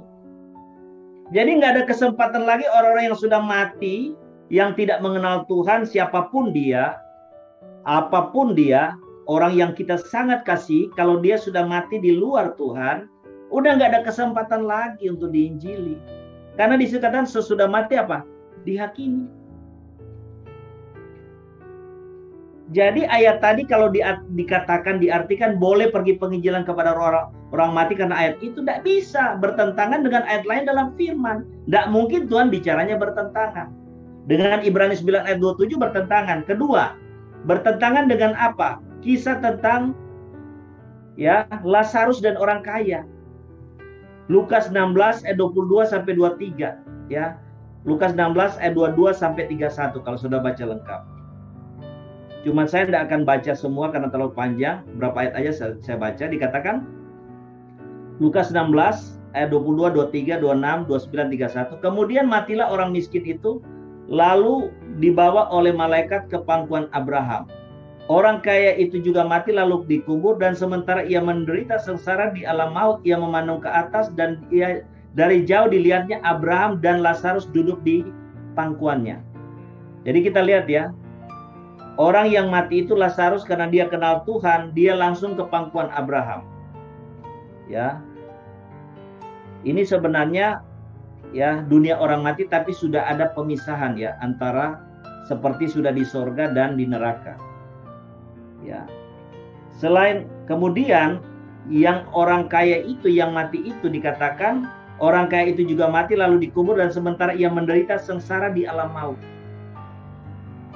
Jadi Lazarus senang-senang sudah seperti di sorga atau istilahnya Firdaus, sedangkan satunya ini di alam maut. Ya, dia itu seperti sudah kayak di neraka. Ya, kemudian dikatakan selain daripada itu di antara kami dan engkau terbentang jurang yang tak terseberangi, supaya mereka yang mau pergi dari sini kepadamu ataupun mereka yang mau datang dari situ kepada kami tidak dapat menyeberang. Jadi Abraham bilang, ya antara Firdaus dengan neraka itu, ya, itu sudah ada jurang. Kamu nggak bisa ke sini, Lazarus juga nggak bisa ke sana mau kasih air ke kamu, kasih minum karena kamu kepanasan, kehausan. Kemudian ini Abraham, orang kaya ini bilang kan, tolong suruh Lazarus ke dunia, karena masih ada saudara-saudaraku yang belum bertobat, supaya mereka jangan masuk ke tempat siksaan ini. Nah, Abraham jawab apa? Tetapi kata Abraham, ada pada mereka kesaksian Musa dan para nabi, baiklah mereka mendengarkan kesaksian itu. Jawab orang itu, tidak Bapak Abraham, tapi jika ada seorang yang datang di antara orang mati kepada mereka, mereka akan bertobat. Kata Abraham kepadanya, jika mereka tidak mendengarkan kesaksian Musa dan para nabi, mereka tidak juga akan mau diyakinkan, sekalipun oleh seorang yang bangkit dari antara orang mati. Ya, dari sini saudara kita belajar apa? Orang kalau sudah mati itu saudara, rohnya nggak gentayangan lagi. 3 hari masih dalam rumah, 7 hari masih di pekarangan, ya. Itu saudara, kita mengadakan kadang-kadang kalau ada keluarga meninggal, acara upacara ibadat 3 hari, 7 hari, itu sebenarnya bukan budaya Kristen, saudara. Itu budaya kafir. Betul. Itu nggak ada dalam Kristenan acara 3 hari lah, 7 hari lah, 10 hari lah, 40 hari, 100 hari. Saudara lihat di Alkitab ada nggak? Nggak ada. Itu budaya agama-agama duniawi sebenarnya, yang menyusup kepada kekristenan. Yang sebenarnya kan gambarannya spirit itu seperti itu. 3 hari masih di rumah, rohnya keluarga kita meninggal, 7 hari udah di halaman dia, dan sebagainya. Ya, di dalam firman ini jelas, orang kalau sudah dipanggil Tuhan meninggal, dia langsung kemana? Dia langsung gambarannya ke surga atau ke neraka, ke Firdaus atau ke neraka. Udah langsung, nggak ada gentayangan. Dan udah jelas saudara, di dalam pembacaan ini tidak ada kesempatan lagi. Ya, orang kaya ini nggak punya kesempatan lagi dengar Injil, saudara, nggak punya. Bahkan dia minta supaya Abraham suruh Lazarus datang ke dunia. Nggak bisa, saudara. Jadi ingat, saudara, orang mati, keluarga kita yang sudah meninggal, nggak bisa datang mengunjungi kita. Mau lewat mimpi, kek. Seperti tadi yang Pak Yosua, nggak salah yang ngomong ya. Itu semua penyamaran setan. Kalau dia datang keluarga kita lewat mimpi, atau kita dapat penglihatan, lihat dia masih di rumah. Itu semua penyamaran setan. Betul. Jadi saudara, kalau ada saudara pengajaran penginjilan kepada roh orang mati, itu sesat saudara. Karena bertentangan dengan ayat firman yang saya sudah sebutkan lagi. Kemudian kalau penginjilan kepada roh orang mati itu benar, ngapain Tuhan Yesus turun dari sorga datang ke dunia buat nginjili? Tunggu aja mati semua, baru diinjili, langsung semua percaya Yesus pasti. Logikanya kan begitu. Untuk apa Tuhan Yesus datang ke dunia, mati bangkit, ya, nggak langsung naik ke sorga, masih memberitakan Injil dulu. Untuk apa rasul-rasul Tuhan memberitakan Injil, bahkan harus jadi martir karena Injil? Dan untuk apa kita sekarang ini ada MDSB? Kalau mati ini masih ada kesempatan orang bisa dengar Injil. Jadi penginjilan kepada roh orang mati itu pengajaran sesat. Dan itu saya bilang, kita kalau mengartikan satu ayat firman, tidak boleh bertentangan dengan ayat firman lain. Nah, ayat ini kalau dibolehkan penginjilan kepada roh orang mati, itu bertentangan dengan banyak ayat lain di dalam perjanjian baru, bahkan di dalam pengajaran Tuhan Yesus. Yang kita sudah baca tadi tentang Lazarus dan orang kaya. Loh kalau gitu apa dong Pak Ebron artinya 1 Petrus itu? Yesus kan jelas pergi memberitakan Injil, benar. Tapi pemberitakan Injil yang Yesus lakukan kepada mereka yang air bah Nuh itu binasa, itu bukan lagi memberitakan Injil untuk mereka kesempatan bertobat terima Yesus, tapi sebagai satu proklamasi aja. Bahwa mereka pada waktu hidup mereka tidak percaya kepada Allah yang diberitakan oleh Nuh. Itu sama seperti mereka tidak percaya kepada Tuhan sendiri. Dan Yesus Tuhan datang menyatakan diri kepada mereka bahwa aku inilah Tuhan, aku inilah Allah yang diberitakan oleh Nuh, dan aku sudah mati dan bangkit demi keselamatan manusia yang percaya. Tapi bukan dalam tujuan menginjili mereka supaya mereka diselamatkan, tidak lagi, saudara. Ya. Kalau sudah mati, saudara, udah selesai, nggak ada lagi kesempatan diinjili, saudara. Nah, ini saudara harus tahu.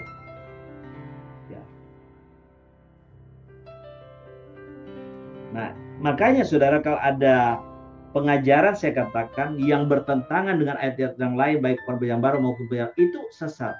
Nah, ini di sini ada yang tanya, Pak Ebron boleh saya tahu pakai ayat mana yang dikatakan Yesus buat Taurat tetap berlaku sampai kiamat?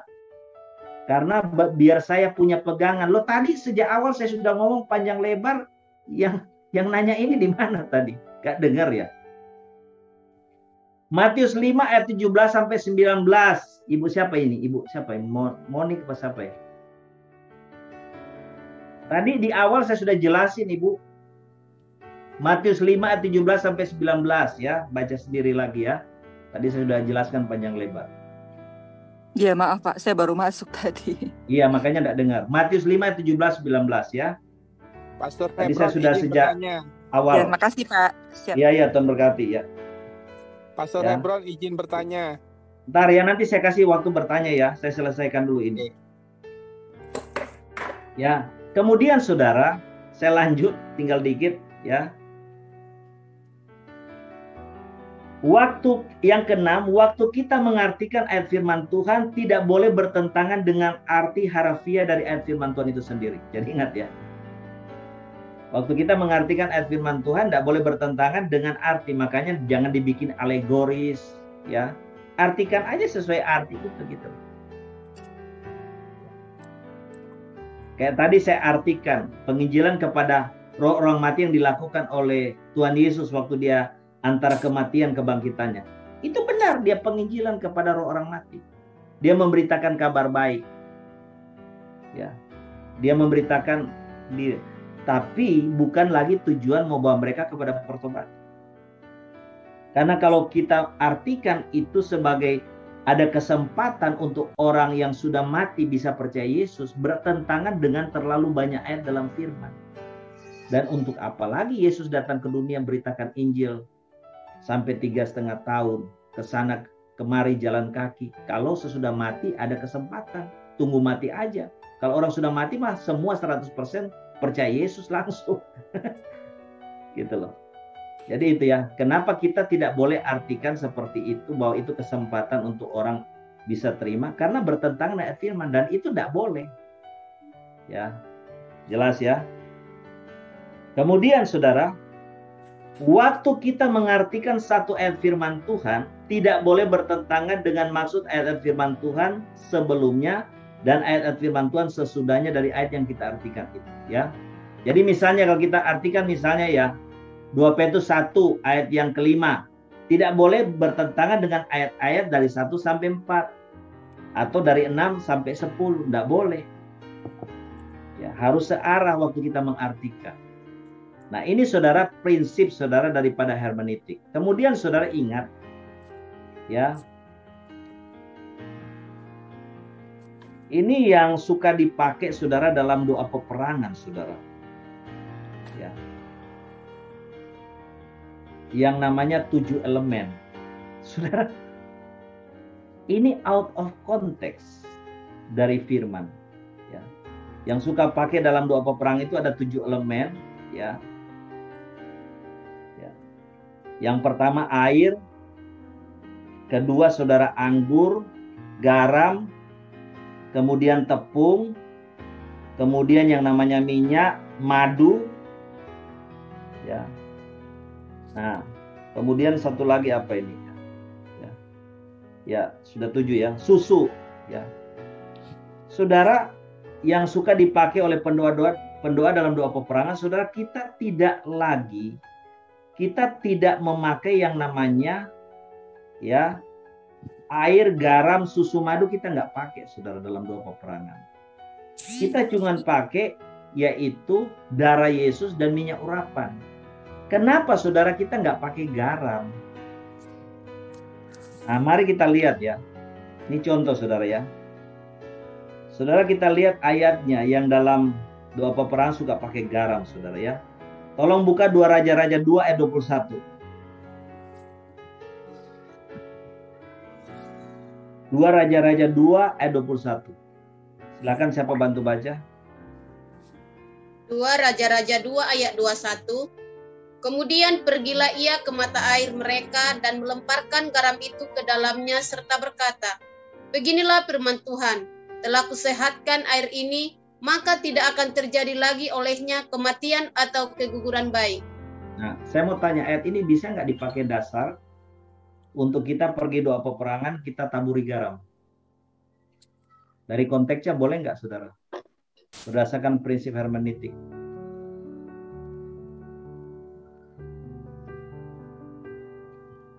Kalau saudara bilang boleh, coba buka Matius 19 ayat 21. Matius 19 ayat 21.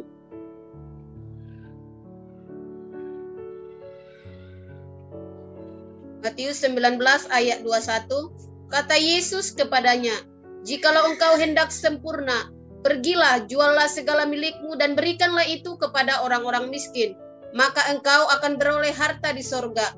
Kemudian datanglah kemari dan ikutlah aku. Ini lakukan juga saudara. Jadi saudara punya harta, jual semua, kasih ke orang miskin. Berani nggak?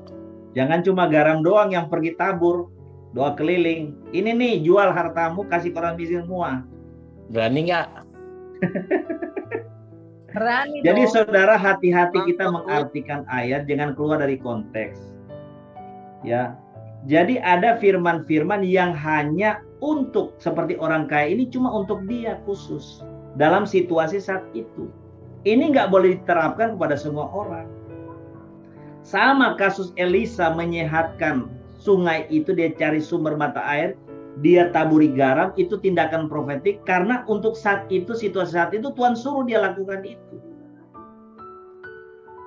Dan itu di sungai. Jangan kita pakai ayat ini keluar dari konteksnya, saudara, doa peperangan kita pergi taburi garam di mana-mana, saudara. Bertentangan dengan konteks kaidah hermeneutik. Selanjutnya saudara ya, kita lihat lagi yang dipakai dalam 7 elemen itu yang namanya madu saudara. Ya. Sebenarnya airnya ada banyak, cuma saya ambil satu-satu aja secara acak saudara ya. Garam, Kemudian madu. Madu itu dalam Keluaran 3 ayat 8. Keluaran 3 ayat 8. Coba saudara buka, isinya apa tuh Keluaran 3 ayat 8? Keluaran 3 ayat 8. Sebab itu aku telah turun untuk melepaskan mereka dari tangan orang Mesir dan menuntun mereka keluar dari negeri itu ke suatu negeri yang baik dan luas, suatu negeri yang berlimpah-limpah susu dan madunya, ke tempat orang Kanaan, orang Het, orang Amori, orang Peris, orang Hewi, dan orang Yebus. Nah, logis enggak saudara? Benar nggak sesuai konteks?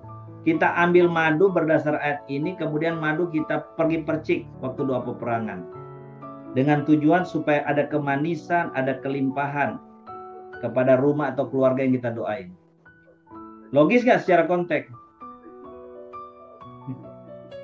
Itu kan ayat itu memberikan satu deskripsi gambaran, ya. Tanah Kanaan yang masuki bangsa Israel itu tanah yang berlimpah susu madu, jadi subur gitu loh. Subur karena diberkati Tuhan.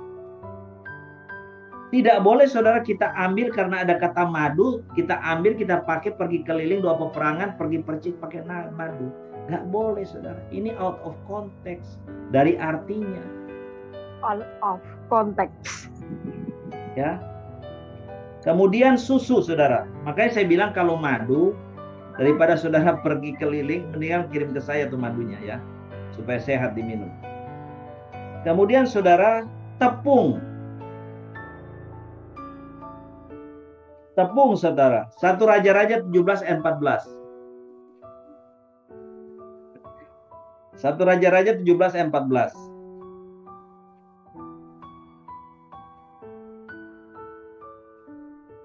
Silakan siapa baca. 1 Raja-Raja 17 ayat 14.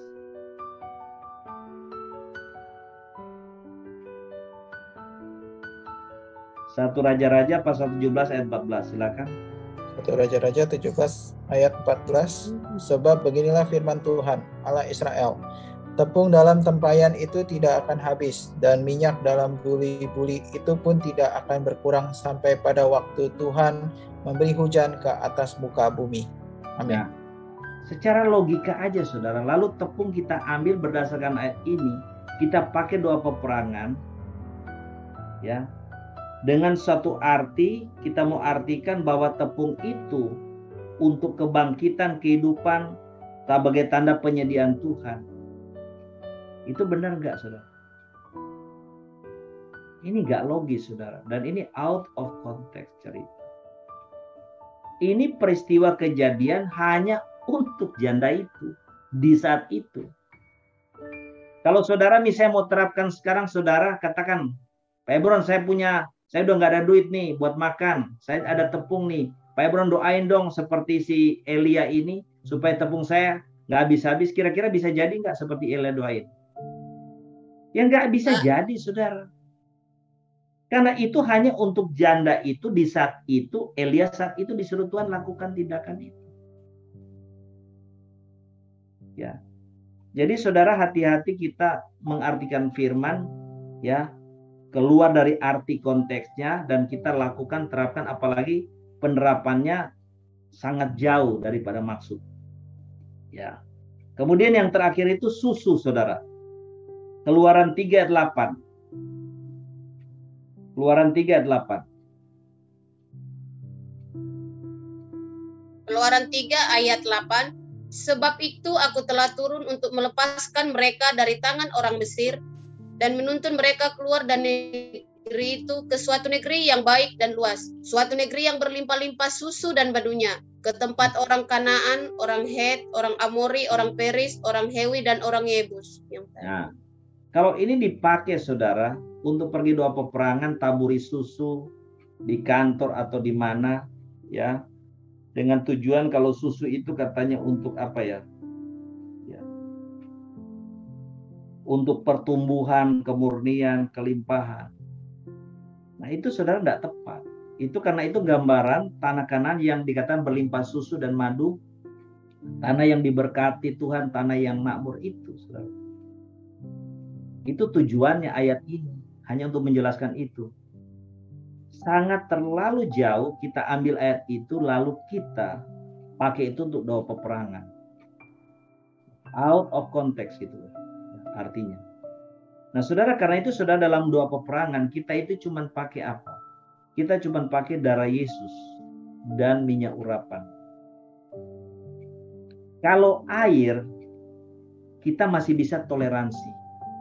Ya, masih bisa toleransi. Kenapa? Karena ada ayatnya dalam Yeskiel 36 ayat 25. Ya.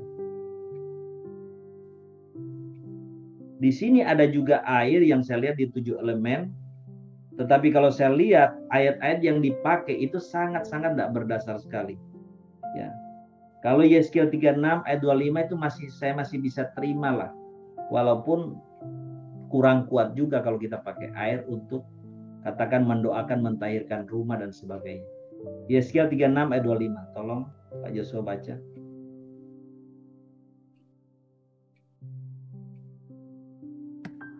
Yeskiel 36 ayat 25.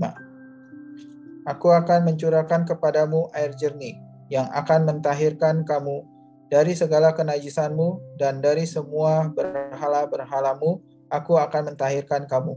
Amin. Ya, bisa dikatakan mencurahkan air, tapi bukan kepada rumah atau tanah, saudara, tapi ke apa? Ke kamu.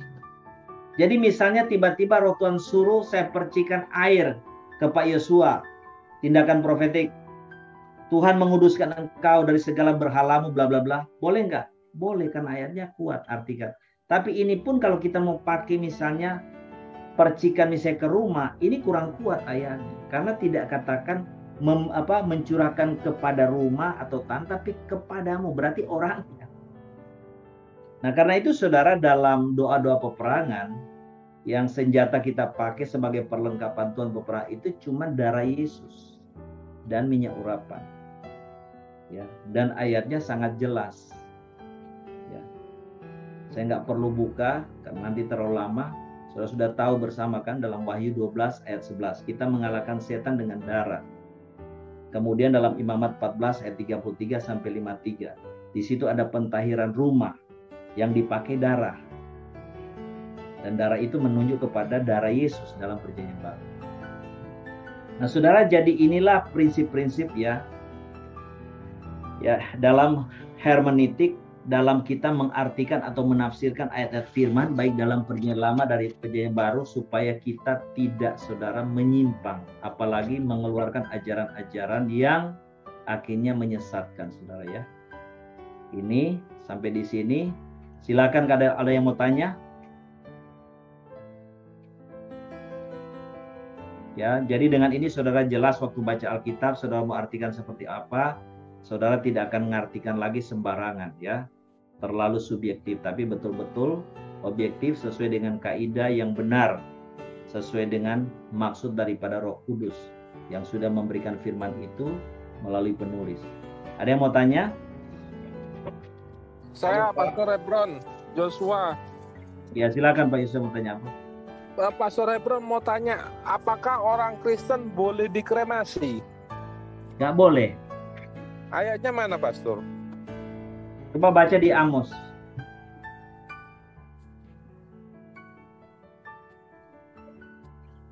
Yang lalu saya sudah kasih kan ayatnya.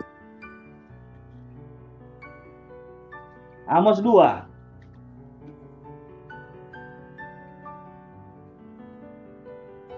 Amos 2 ayat 1 sampai 3.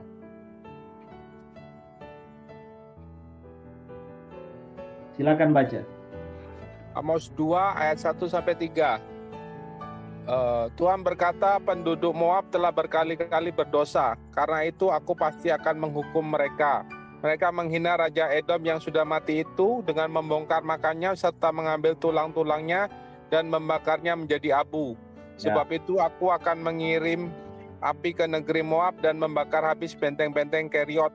Orang Moab akan mati di tengah-tengah keributan peperangan, sementara trompet dibunyikan dan peki pertempuran diteriakan. Penguasa Moab dan semua penjahat pemerintahnya akan kubunuh. Ya, jelaskan ayatnya. Karena 3 perbuatan jahat Moab, bahkan 4, aku tidak akan menarik kembali keputusanku. Ini Tuhan murka. Oleh karena apa? Moab sudah apa? Membakar tulang-tulang Raja Edom menjadi kapur. Itu kan namanya kremasi. Jelas ya? Orang Kristen tidak boleh dikremasi. Ya, makanya Tuhan Yesus kasih teladan, mati di apa? Dikubur. Kalau gimana Pak, keluarga saya sudah terlanjur dikremasi. Ya sudah, kalau nggak ngerti ya nggak apa-apa, Tuhan masih punya kuasa untuk membangkitkan. Tapi kalau kita sudah ngerti, nggak boleh saudara ya. Oke, ada lagi yang mau tanya, tolong saudara tanya jangan di chat Zoom, karena saya kalau lagi khotbah nggak bisa perhatikan chat ya saudara ya. Maaf, saya nggak bisa baca. Mau tambahan Pak, yang Yehezkiel 37 ayat 4, bernubuatlah mengenai tulang-tulang ini dan katakanlah kepadanya, hai tulang-tulang yang kering, dengarlah firman Tuhan. Oke, maksudnya apa? Mau tambah apa maksudnya ini? Maksudnya yang tadi Pak, yang dikremasi itu kan nggak boleh. Iya. Kalau misalnya udah jadi debu kan tulangnya udah nggak bisa ini lagi. Tuhan punya kuasa membangkitkan. Cuman firman mengajar tidak boleh kremasi. Tuhan murka kan karena tulang-tulangnya itu dibakar. Nggak boleh. Ya. Pasti Pak. Oke, ada lagi yang mau tanya? Saya Pak. Lydia Pak. Silakan. Shalom Pak. Pak. Ya. Aibon. Terakhir ya. Dulu saya tinggal di Jakarta. Pernah rumah saya disuruh teman saya pendoa. Anaknya tuh udah pendeta. Ke rumah saya terus doain. Di dekat dapur tuh kan ada lorong tuh. Dia tanam 2 paku Pak. Artinya apa? 2 paku itu. Paku kecil tuh kira-kira 1 in lebih lah.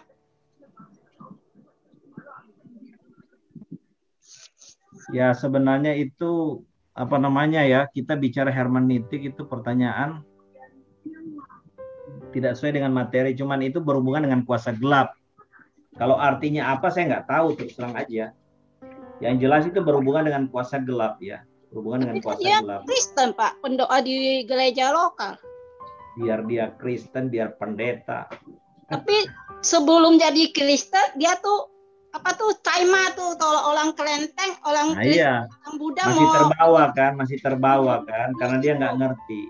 Itu namanya sinkritisme, mencampur aduk iman Kristen dengan kepercayaan lain, apalagi kepercayaan yang masih mengandung kuasa gelap. Ya mungkin dia nggak ngerti, ya mungkin gembalanya, pendetanya nggak tahu ngajarin kali, ya, sehingga dia nggak ngerti. Iya, saya dulu juga nggak ngerti Pak. Nah, kan gitu. Sekarang nggak ngerti. Dulu nggak ngerti juga kan. Oke saudara ya. Ada lagi yang mau tanya? Halo, ada Pak. Ada lagi Pak. Halo Pak. Siapa ya? Halo Pak. Halo Pak, saya Pak Teo Pak, NTT. Pak Teo mau tanya apa? Ini tanya saya apa? mau tanya ini tentang kitab Kejadian ini Pak. Saya ini kan selama ini bertanya-tanya kenapa Tuhan itu menciptakan itu iblis, Lucifer gitu. Nah kalau dia menciptakan kenapa tidak dihabiskan saja dari sekarang biar kita aman kan Pak? Itu saja Pak ya. Pak Teo, Tuhan tidak pernah ciptakan iblis Pak. Tuhan ciptakan yang namanya malaikat Tuhan. Yang pas dia punya pemimpin penyembahan namanya Lucifer. Nah malaikat ini diciptakan dikasih free will. Nah dalam free will-nya itu malaikat ini memilih memberontak kepada Tuhan, mau kepingin jadi sama seperti Tuhan, mau ambil alih kekuasaan Tuhan. Makanya sama Tuhan diusir dari sorga. Terjadi peperangan di sorga dipimpin panglima malaikat Mikael. Dibuang ke bumi, berubah nama jadi iblis, artinya pemberontak. Jadi Tuhan tuh tidak pernah ciptakan iblis Pak Teo ya. Sama seperti kita juga manusia, kita tidak diciptakan untuk berdosa. Kita manusia dalam hal ini Adam dan Hawa diciptakan Tuhan untuk menjadi rekan Tuhan.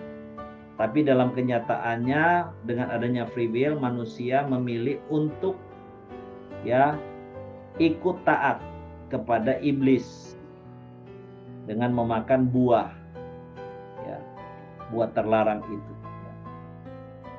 buat pengetahuan yang baik dan yang jahat. Jelas Pak ya? Akan ada waktunya iblis itu dimusnahkan Pak, tapi belum sekarang, nanti. Makasih, akan Pak. dimusnahkan, iya. Nanti akan dimusnahkan juga nanti pada akhirnya. Ya. Kalau sekarang iblis ini jadi sparring partnernya kita. Haleluya Pak. Amin Pak ya. Makasih Pak. Oke, sekarang Pak Marlon terakhir ya. Pak Hosea Marlon. Satu lagi Pak. Saya mau nanya Pak. Saya mau nanya Pak. Sebentar. Saya mau nanya Pak. Mengenai doa Bapa kami Pak. Di situ ada kan dikatakan jangan membawa kami ke dalam pencobaan. Nah, di situ ada kata membawa kami ke dalam pencobaan. Nah, apakah Tuhan Yesus itu membawa kita ke dalam pencobaan? Sementara kan pencobaan itu bukan datangnya dari Tuhan. Nah, apakah ini salah terjemah atau bagaimana Pak? Coba bisa Bapak kasih penjelasan Pak. Saya terus terang aja belum lihat bahasa Yunaninya. Itu saya perlu sampaikan seperti itu secara jujur ya, saya belum lihat. Ya. Tetapi pengertian jangan membawa kita ke dalam pencobaan yang saya mengerti itu adalah supaya kita tidak ya berhadapan dengan pencobaan-pencobaan. Makanya kita minta pertolongan Tuhan. Supaya Tuhan lindungi kita, luputkan kita dari semua pencobaan. Tuhan jauhkan gitu maksudnya. Bukan berarti Tuhan yang bawa kita di pencobaan, bukan. Karena Alkitab mengatakan dalam firman Tuhan kan bahwa Allah tidak mencobai. Ya, betul. Ya, jelas itu. Nah, dari situ jelas bahwa kita mengartikan doa Bapa kami ini ya tidak boleh bertentangan dengan ayat itu termasuk. Jadi doa kita ini kita justru minta tolong ke Tuhan supaya apa? Kita jangan sampai kena pencobaan-pencobaan. Jelas ya Pak Marlon, Pak Hosea ya? Ya itu tadi Pak, arti secara harfiahnya itu kata membawa itu tadi kan. Nah itu saya mesti cek bahasa Yunaninya baru bisa ngomong. Nah itu yang saya mau tahu. Saya belum lihat, jadi nggak bisa sekarang jawabnya kalau begitu. Oh oke lah. Nah, saya harus lihat bahasa aslinya, bahasa Yunani ya. Oke. Tapi Makasih, pasti Pak. artinya tidak bisa bertentangan dengan ayat yang lain dalam Yakobus itu. Oke ya. Oke, siapa lagi satu orang yang terakhir ya? Iya Pak, mau tanya Pasca Pak. Pasca Berapa orang lagi tuh? Pasca, mau tanya Pak. Oke silakan.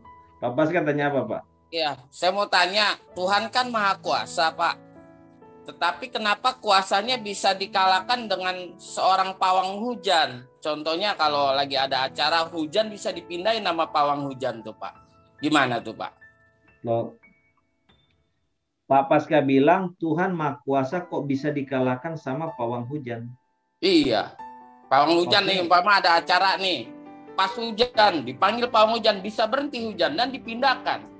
Itu Dengan bukan berarti Tuhan kuasanya dikalahkan, Pak. Itu bukan berarti Tuhan kuasanya dikalahkan. Alkitab kan mengatakan bahwa dunia ini berada di bawah kuasa si jahat. Jadi kalau dunia ini berada di bawah kuasa si jahat, berarti apa?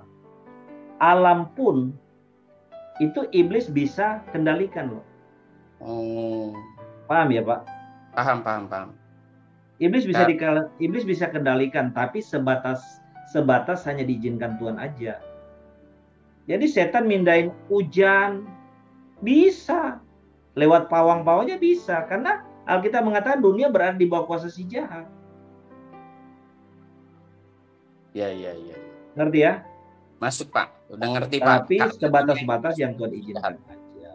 Oke, makasih Itulah Pak. makanya kenapa kita harus berdoa. Ya, karena setan bisa antek-anteknya bisa bikin musibah-musibah. Itulah kenapa kita berdoa. Oke ya, jelas ya. Siapa lagi tadi yang mau tanya? Saya Pak. Saya mau tanya Pak tentang sinkretisme.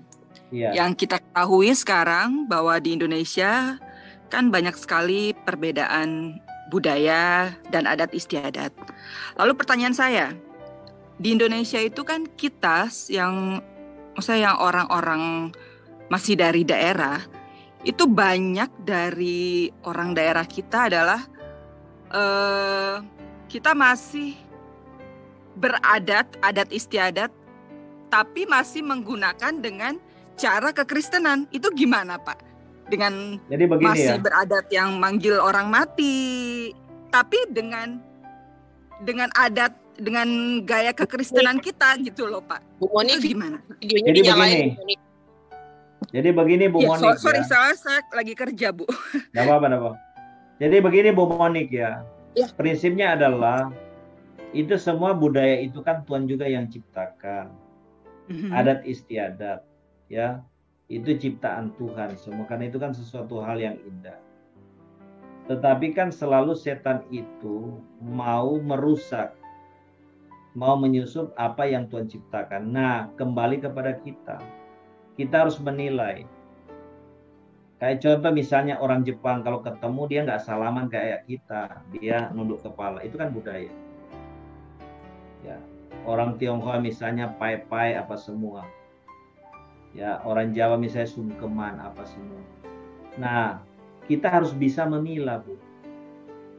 Mana budaya yang tidak mengandung unsur-unsur kuasa gelap. Mana yang sudah mengandung unsur kuasa gelap itu kita tolak. Kita nggak lakukan itu. Ya, biasanya kan yang berhubungan dengan kuasa gelap itu kalau sudah urusan misalnya ngandung punya anak, selamatan lah, nanti nikah, nanti acara penguburan, biasanya kan ada campur-campur unsur. Iya, betul, nah, kita harus bisa menolak dengan tegas. Saya nggak ikut, gitu loh. Betul. Intinya seperti itu. Kita harus bisa memilah aja. Bukan berarti kita tolak semua, enggak. Ya kita hidup kan sebagai satu, kita lahir dari etnis tertentu kan pasti ada budayanya kan. Ada adat istiadatnya, tinggal kita memilah. Yang mengandung unsur kuasa gelap kita enggak lakuin, kita enggak ikut. Ya walaupun dicap apapun ya kita mesti tegas. Karena kalau kita kompromi, itu jadi pintu setan akhirnya masuk dalam kehidupan kita dan bawa kutuk. Itu bahayanya di situ. Yes, betul. Oke ya, jelas ya? Yes, jelas banget Pak. Makasih Pak.